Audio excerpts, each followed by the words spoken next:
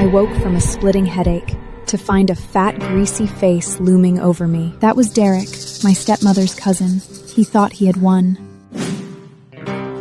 Die. I reached for the sharp stone hidden under my pillow, aimed at his temple, and struck with all my might. He didn't even have time to cry out. He collapsed, eyes wide open, dead. I did not panic. During those 7 years as an unwanted guest in that monastery outside Rome, I had learned one thing. In this world, it was kill or be killed. Voices came from outside the door. It was Gertrude, my stepmother's aunt, accompanying Madame Francis. Madame Francis served my grandmother and had been sent to bring me back to our family estate in Rome. The door was pushed open, and the smell of blood rushed out.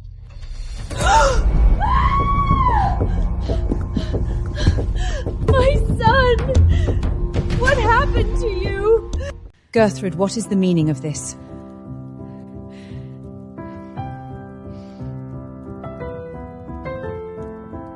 My lady's reputation must not be tarnished. I lay on the couch with my eyes closed, pretending to be unconscious. I had my story ready.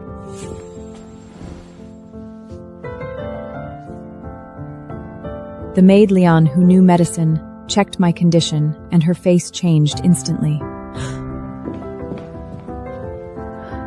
She whispered to Madame Francis that there were traces of a sleeping potion in my body. Madame Francis was furious. She knew this was not my fault. Gertrude tried to blame me, but Madame Francis would have none of it. I will report this truthfully. You are on your own. That night we stayed at an inn, no longer remaining at Derek's house.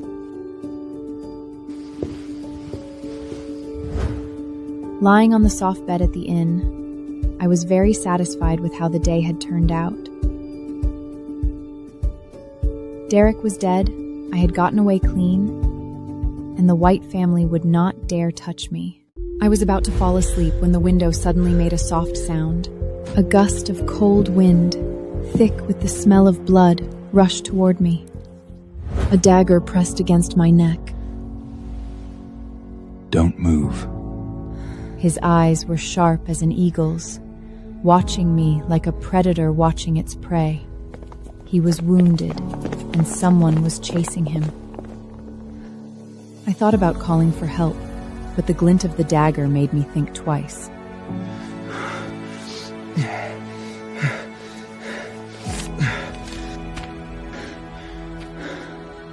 Get me the medicine on this prescription.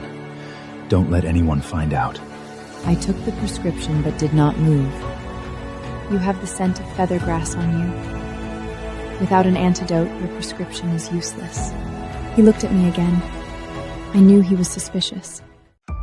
I said I happened to have the antidote. He clearly did not believe me. I took one pill first. Only then did he swallow the other, still suspicious. The bleeding stopped. He asked me my name. I gave him the name of that hateful daughter of the White family. My name is Wendy. Consider it collecting an interest. A moment later, the medicine took effect. He collapsed silently onto the couch. I took his dagger and went to knock on Madame Francis's door. I woke Madame Francis in the middle of the night and told her the inn was unsafe, that we had to leave immediately. I am afraid.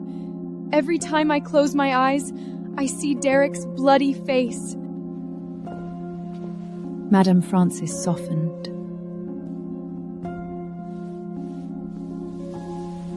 We set off in the middle of the night and returned to Rome ahead of schedule. Standing at the entrance of our family estate, I looked up at the gilded family crest, my heart as still as dead water. This estate was my mother's. Now it had been taken over by others. It was time to take everything back. But I was stopped before I could even enter. The gatekeeper said the main gate was for honored guests. and I was to enter through the northwestern side gate. That was where they took out the garbage and night soil, a blatant humiliation. My stepmother, Rosalind, was trying to put me in my place. But I was prepared. If she wanted to play this game, I would make sure everyone knew about it. Just as we were at a standoff, a cry of surprise came from behind me. Stella? It really is you! It was Lady Fiona, my mother's closest friend. I had sent word to her in advance. When she saw they wanted me to enter through the side gate, she became furious on the spot. You want Stella to enter through the side gate, trampling on the legitimate daughter like this? Then don't set foot in this house at all. She took me by the hand without another word and led me to her carriage. Sitting in the carriage, I let out a long breath. 7 years ago, my mother died tragically, and I was sent away, alone and helpless. Now I was back. I would make Rosalind beg me to return, with all due respect. Outside the carriage came the sound of bells. I lifted the curtain and glanced out. It was a carriage made of gilded wood, engraved with dragon patterns. Henry the Night King's carriage? What is he doing at the estate? Henry the Night King, Rome's famed warrior, known as the King of the Underworld. But 3 months ago, he was ambushed. His legs were crippled, and his eyes were blinded. Our mothers once arranged a marriage contract for the two of us. Later, Rosalind stole that marriage contract and gave it to her daughter, Pearl. Now that the Night King was crippled, they remembered me. Just as I was thinking this, the curtain of that luxurious carriage was suddenly lifted, revealing a pair of gray-blue eyes. What eyes they were, like a demon crawling out of hell. But his face was perfect. Sharp brows, high nose, fierce and noble. Fiona quickly pulled the curtain down and warned me in a low voice not to stare. He has become violent since his injury. He once killed 12 servants for no reason. Luckily, he is blind and cannot see you. I said nothing. I only knew that I needed this marriage. When we arrived at Fiona's house, she said she would make Rosalind kneel and come get me.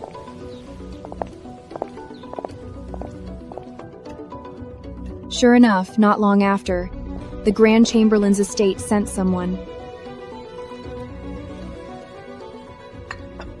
Rosalind came in person, and she brought a helper, Lady Beatrice.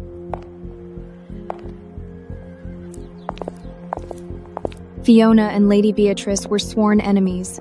Rosalind knew exactly whom to bring.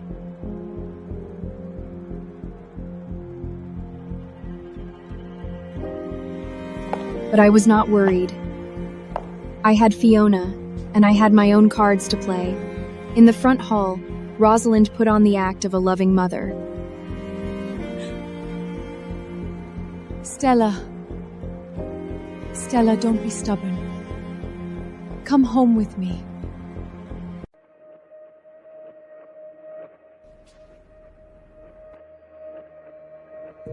I lowered my eyes and acted as timid and weak as I could. The servants told me to enter through the side gate. I was worried about tarnishing the family's reputation, so I asked. Fiona immediately took over and tore Rosalind to pieces. If you want to take her back, kneel and swear that you will not harm her. Rosalind's face turned pale. She was the wife of the Grand Chamberlain. When had she ever suffered such humiliation? But she did not dare refuse. Vincent had warned her not to let things escalate.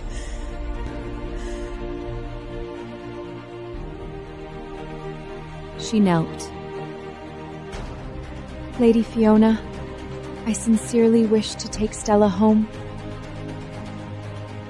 I looked at my kneeling stepmother, suppressing the satisfaction in my eyes. This kneeling was only the beginning.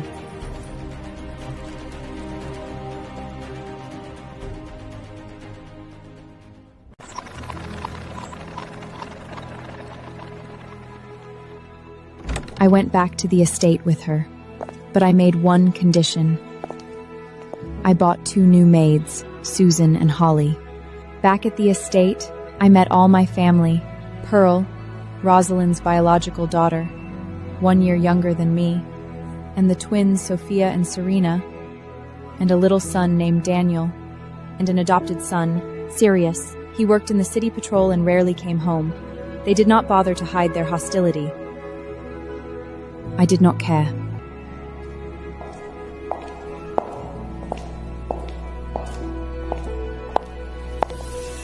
I chose to live in the most remote wing. It was a place my mother had loved.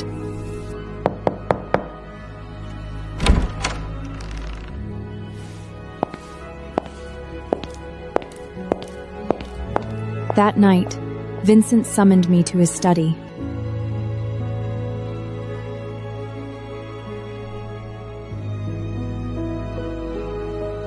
He looked at my face, his expression complicated. I looked too much like my mother. It is good that you are back. Your mother arranged a marriage for you. The wedding is at the end of next month. Tomorrow, someone will take you to meet him. I knew he was talking about Henry the Night King. The marriage needed the Night King's personal approval. This hurdle would not be easy to cross. That night, I lay in my second-floor bedroom, eyes open in the darkness. I had never met Henry the Night King. I heard he was suspicious, volatile, and unpredictable. How could I get him to agree to this marriage? Just as I was thinking, Holly's figure appeared in the darkness. My lady, Sophia sent someone. Our new servant, Summer, was whispering with that person for a long time. I turned over, not surprised at all. Sophia and Serena, those twins, would not be able to resist causing trouble.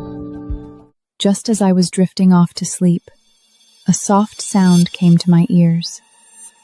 I opened my eyes sharply. A familiar, cold presence approached quickly.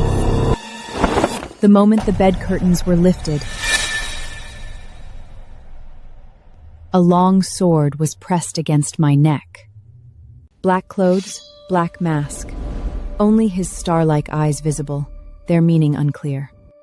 Miss Shane, you made me search high and low. I was done for. It was Snow, the white-clothed lord. I had tricked him once. This time, escape would be hard. Your health has recovered, hero. It seems my medicine worked quite well.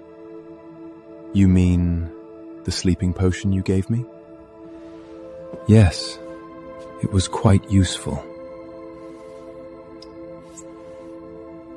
He took the medicine bottle from my hand and suddenly laughed. You know medicine. You studied under the healer Morgan? Morgan. I was shocked. He had investigated me completely. The last person who lied to me was cut into pieces. But I am merciful to beautiful women. I will give you a chance. Are you interested in a partnership? Snow claimed to be from the Pine Feather Lodge, the #1 assassin. He took my crabapple white jade pendant, saying it would be a token between us. In exchange, he could help me investigate everything about the Night King. I need to know the Night King's likes and dislikes, habits, taboos, enemies, everything you can find. Do not alert him.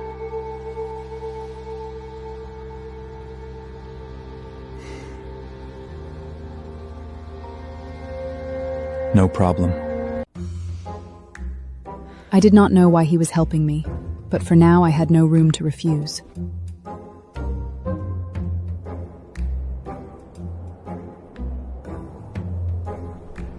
After dawn, I had to go to the Night King's palace. The next morning, I went to see Rosalind, and she deliberately delayed.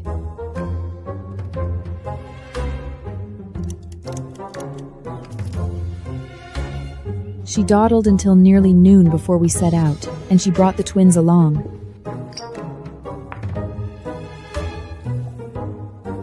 Sophia had put laxatives in my breakfast, hoping I would humiliate myself at the Night King's palace. But after 7 years in that monastery, I had seen every trick in the book. I quietly returned the laxative to her.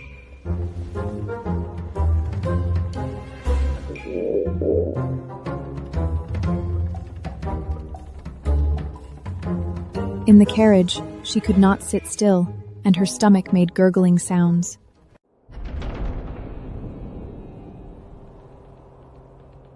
We arrived at the Night King's palace and waited for a long time.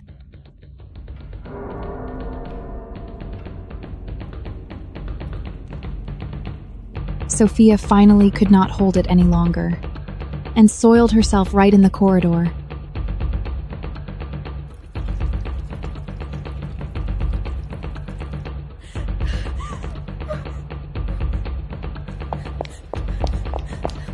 Even worse, she ran right into Henry, the Night King. The Night King flew into a rage. Take her away. And threw her out of the palace.